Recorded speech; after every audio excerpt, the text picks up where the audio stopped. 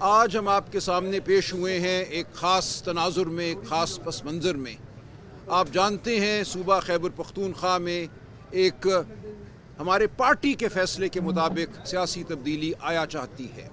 ہم یہ بھی سن رہے ہیں کہ اس تبدیلی کو روکنے کی غیر آئینی کوشش کی جائے گی۔ ہم آپ کے سامنے پیش ہوئے ہیں کوئی اپنی صفائی دینے کے لیے نہیں، ہم وہ بات کرنے کے لیے پیش ہوئے ہیں جو عمران خان 30 سال سے کر رہا ہے، عمران خان کے رفقا 30 سال سے کر رہے ہیں۔ ہم آپ کو یہ بتانا چاہتے ہیں اور آپ کے ذریعے پوری قوم کو ہم یہ بتانا چاہتے ہیں کہ ہم آج کہاں کھڑے ہیں۔ ہم پہ بہت سے الزامات لگائے گئے، سہولت کاری کا تانا دیا گیا، ہمیں ڈرانے کی کوشش کی گئی کہ ہمیں ریاست کے غیظ و غضب کا سامنا کرنا پڑے گا۔ تو یہ سب باتیں ہمارے سامنے ہیں اور اس تناظر میں آپ سے کچھ ہمیں گزارشات کرنا ہے۔ لیکن میں جب یہاں آ رہا تھا تو میرے ذہن میں ایک چہرہ ابھرا، اور یہ چہرہ تھا اس ماں کا جس کا بیٹا میجر عدنان چند دن قبل شہید ہوا۔ میں تعزیت کے لیے میجر عدنان کے گھر گیا، وہاں میں اس عظیم ماں سے ملا جس نے اس شہید کی پرورش کی تھی۔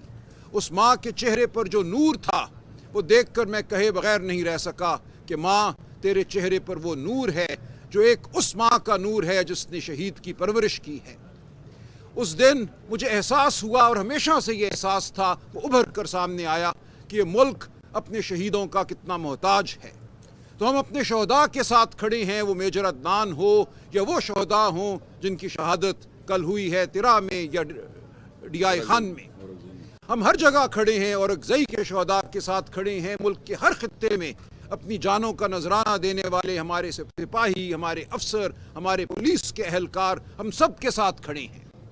یہ کہنا کہ کسی کا خون ہمیں ارزاں ہے یا کسی کے خون کو ہم کمتر سمجھتے ہیں سراسر بہتان ہے۔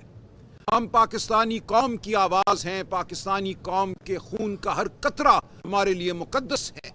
ہم ہر اس طاقت، ہر اس منفی طاقت کے خلاف کھڑے ہیں جو پاکستان کی طرف میلی نظر سے دیکھتی ہے۔ ہرگز یہ کہنا کہ ہم کوئی نرم رویہ رکھتے ہیں یا نرم گوشہ رکھتے ہیں کسی دہشت گرد کے لیے ایک غلط بیانی ہے، ایک بہتان ہے۔ خان صاحب پچھلے 30 سال سے ایک بات کر رہے ہیں کہ صرف عسکری طاقت سے، گولے بارود سے آپ دیر پا حل نہیں پیدا کر سکتے دہشت گردی کا۔ اس دہشت گردی کی جو اس وقت ہم پاکستان میں دیکھ رہے ہیں اور خاص طور سے صوبہ خیبر پختونخوا اور بلوچستان میں دیکھ رہے ہیں، اس کی جڑیں بہت گہری ہیں۔ 40 سال بلکہ میں کہوں گا 78 سال پر پھیلی ہوئی ہیں اس کی جڑیں۔ 78 سال سے اس ملک کو اور بالخصوص ان صوبوں کو، بلوچستان بالخصوص، ہم نے ان کو محروم رکھا ہے اپنی صحیح قیادت سے۔ ہم نے ان صوبوں پر جبر کی حکومت قائم کی ہے۔ خیبر پختونخوا کا صوبہ پچھلے 40-45 سال سے لہو لہان ہے۔ ہم نے وہ پالیسیاں اپنائیں، وہ عسکری حکومت کا دور ہو یا کوئی اور دور ہو، جس نے اس صوبے کو نقصان پہنچایا، اس ملک کو نقصان پہنچایا، ہم آج جانتے ہیں۔ ہم نے بیگانی لڑائیاں لڑیں، ہم نے اس صوبے کو آماج گاہ بنایا ان کا جنہوں نے بعد میں دہشت گردی کی۔ تو ہم جانتے ہیں کہ یہ دہشت گردی کوئی ایک دن کی پیداوار نہیں ہے۔ اس کا الزام کسی ایک جماعت کو نہیں دیا جا سکتا، اس کا الزام کسی ایک فیصلے کو نہیں دیا جا سکتا۔ تو ہم کھڑے ہیں یہاں، دہشت گردی کے خلاف کھڑے ہیں، لیکن ہم اپنے بہنوں بھائیوں کے خون کے ساتھ کھڑے ہیں۔ وادی ترا میں اگر 23 شہید، معصوم شہید ہوتے ہیں تو ہم ان کے ساتھ کھڑے ہیں، ان کے گھر والوں کے ساتھ کھڑے ہیں، ان کے بچوں، بیٹیوں، بیٹوں کے ساتھ کھڑے ہیں۔ ان کے خون کا ہر قطرہ بیش قیمت تھا۔ کیوں بہا یہ خون؟ ہمیں سوچنا ہے کہ کتنی دیر یہ مسئلہ چلتا رہے گا اسی طرح۔ یہ جنگ و جدل کا جو ایک نہ ختم ہونے والا سلسلہ ہے، اس کو ہم نے کیسے ختم کرنا ہے؟ تو ہم یہ کہتے ہیں کہ ہمیں ساتھ لو، اس صوبے کے عوام کو، اس ملک کے عوام کو ساتھ لو۔ جو بھی پالیسی اپناتے ہو وہ مسلط نہیں کی جا سکتی۔ اس صوبے کے اکابرین، اس صوبے کے عوام دانش مند ہیں، ہمارے قبائلی عوام غیور ہیں، وہ صلح پسند ہیں، ان کو ساتھ لو۔ ہم سمجھتے ہیں افغانستان کی عوام بھی صلح چاہتی ہے اس خطے میں، اور افغانستان کی حکومت، ہم جانتے ہیں آج سے 3 سال پہلے ہمارے کتنے اچھے تعلقات تھے۔ جب وہاں یہ آج کی موجودہ حکومت قائم ہوئی تو نئی دہلی میں سانپ سونگ گیا تھا۔ وہ متفکر تھے، انہیں لگتا تھا کہ ان کی تمام پالیسی اس خطے کے حوالے سے ناکام ہوئی اور پاکستان سرفراز ہوا۔ آج کیوں یہ معاملہ الٹ گیا ہے؟ آج کیوں ہمیں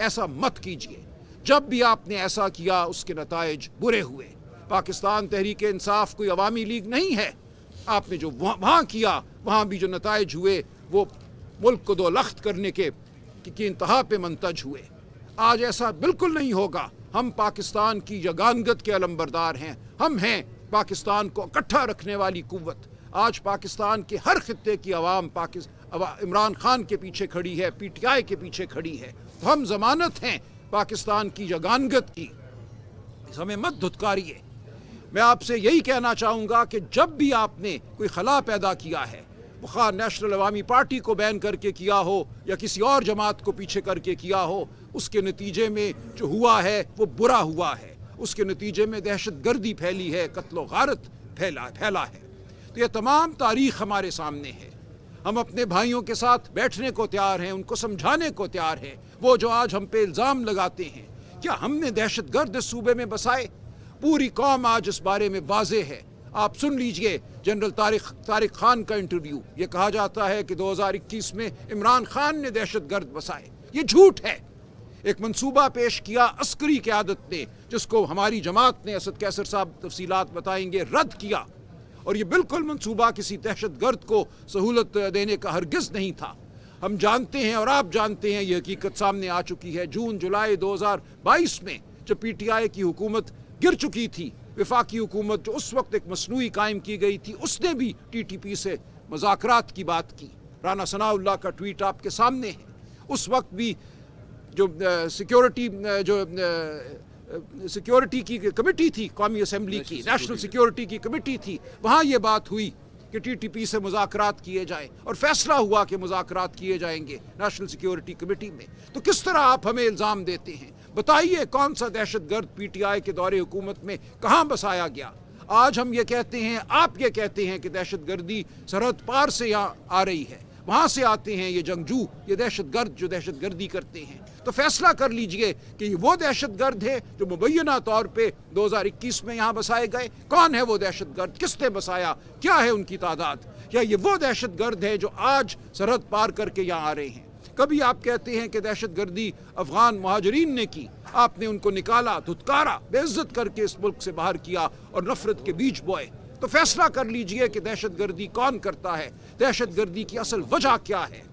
آپ ہمارے بھائی ہیں, اگرچہ آپ ہم پہ آج الزام لگا رہے ہیں, بہتان ہماری طرف آپ کی طرف سے آتا ہے, لیکن اس کے باوجود ہم سچ کے ساتھ کھڑے رہیں گے, ہم سچ کو بیان کرتے رہیں گے. ہم پاکستان کے وفادار ہیں, پاکستانی ریاست کے وفادار ہیں, پاکستان کی فوج ہماری فوج ہے, پاکستان کا ہر ادارہ ہمارا ادارہ ہے, یہ ریاست ہماری ریاست ہے.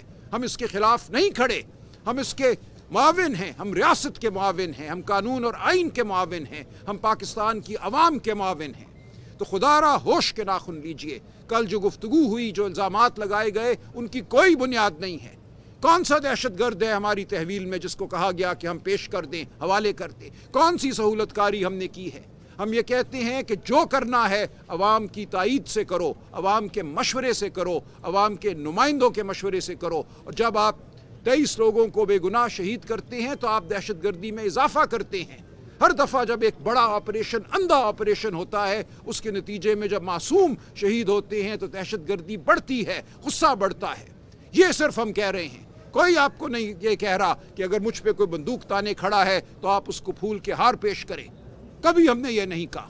ہم نے یہ کہا ہے کہ ایک جامع حکمت عملی بنائیں, ایک سیاسی حکمت عملی بنائیں.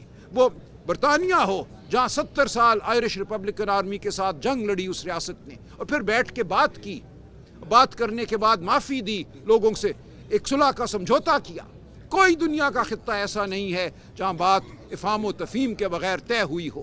ایک وقت ہوتا ہے جنگ کا اور ایک وقت ہوتا ہے گفتگو کا. تو ہم نہیں آپ کو کہہ رہے کہ جہاں آپ پہ بندوق تنی ہے آپ اس کا جواب نہ دیں. ہم یہ کہتے ہیں کہ ملٹری آپریشن جس سے معصوم شہید ہوتے ہیں وہ ہمیں قبول نہیں ہے. آپ لے کر چلیں اس صوبے کے عوام کو ساتھ.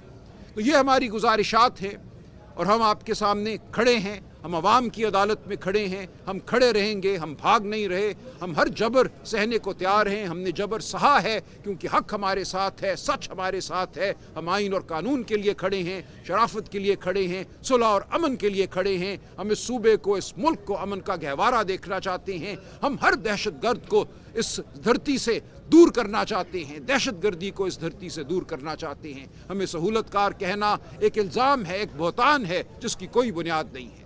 تو یہ ہے ہمارا پیغام پاکستان کی عوام کے لیے۔ میں گزارش کروں گا اسد کیسر صاحب سے مزید کچھ گزارشات کریں، جنید اکبر صاحب بات کریں گے اور پھر تیمور جھگڑا صاحب۔ جی جنید صاحب ٹھیک، اچھا ادھر آئیے۔